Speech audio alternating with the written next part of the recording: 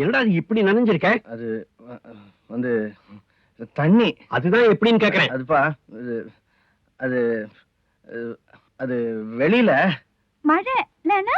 ஆமா. இல்ல இல்ல. சரி சரி போ.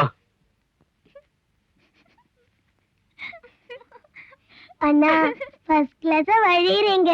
உங்களை ஆமா, அது எப்படி எனது அருமை மனைவியை நான் கொஞ்சுவதில் தவறுண்டோ?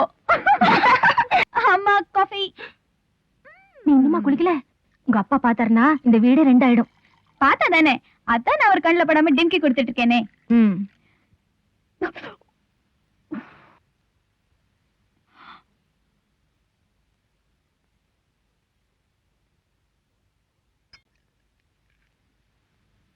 வளர்ந்துட்டேன்னு தவிர எனக்கு கொஞ்சம் கூட பொறுப்பு இல்லை.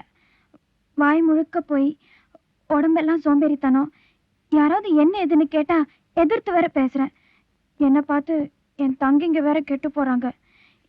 என்னைக்கு நான் பெரியவங்க பேச்ச கேட்க ஆரம்பிக்கிறேனோ அன்னைக்குதான் உருப்பிடுவேன். இன்னைக்கு இவ்வளவுதானா இல்ல வேற ஏதாவது? போய் குளிச்சுட்டு வா.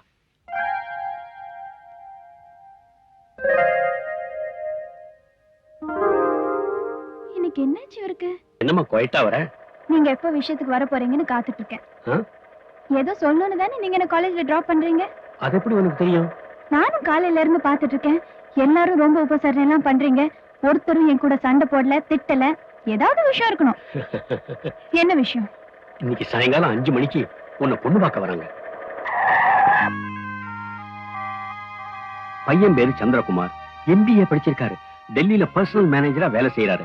நான் போன தடவை டெல்லி போயிருந்த போது இவரை மீட் பண்ணேன். Gem of a man. ரொம்ப இன்டெலிஜென்ட். எல்லாரும் இவரை பத்தி ரொம்ப நல்லா பேசுறாங்க. உனக்கு ரொம்ப கரெக்டான மேட்ச்னு தோணுது. இது நல்லபடியா முடிஞ்சதுன்னா I will consider myself very lucky. இங்க பார், நீ கரெக்டா 2 மணிக்கு வீட்டுக்கு வந்துடணும். சரியா? பொண்ணு பார்க்க தானே வராங்க, அதுக்கு ஏன் உருன்னு இருக்க? மாப்பிள்ள ஸ்மார்ட்டா இருந்தா சரின்னு சொல்லு, இல்லன்னா மாட்டேன்னு சொல்லு. அவ்வளவுதானே. இதுல என்ன ப்ராப்ளம்? என்னை யாராவது பொண்ணு பார்க்க வந்தா நான் ஜாலியா இருப்பேன். எவனோ ஒருத்தன் பொண்ணு பாக்குறேன்னு வந்து உட்காருவான். அவன் காலில் விழுன்னு சொல்லுவாங்க, அப்புறம் பாட்டு பாடுன்னு சொல்லுவாங்க, அப்புறம் அவனுக்கே கழுத்து நிட்டுன்னு சொல்லுவாங்க. என்னால் முடியாது. அழகா இருந்தா பண்ணிக்க வேண்டியதானே. விளையாடுறியா? முன்ன பின்ன தெரியாத எவனோ ஒருத்தனை கல்யாணம் பண்ணிக்க நான் தயாரா இல்ல. அப்படி கல்யாணம் பண்ணி கஷ்டப்படுறதை விட தனியாவே இருந்து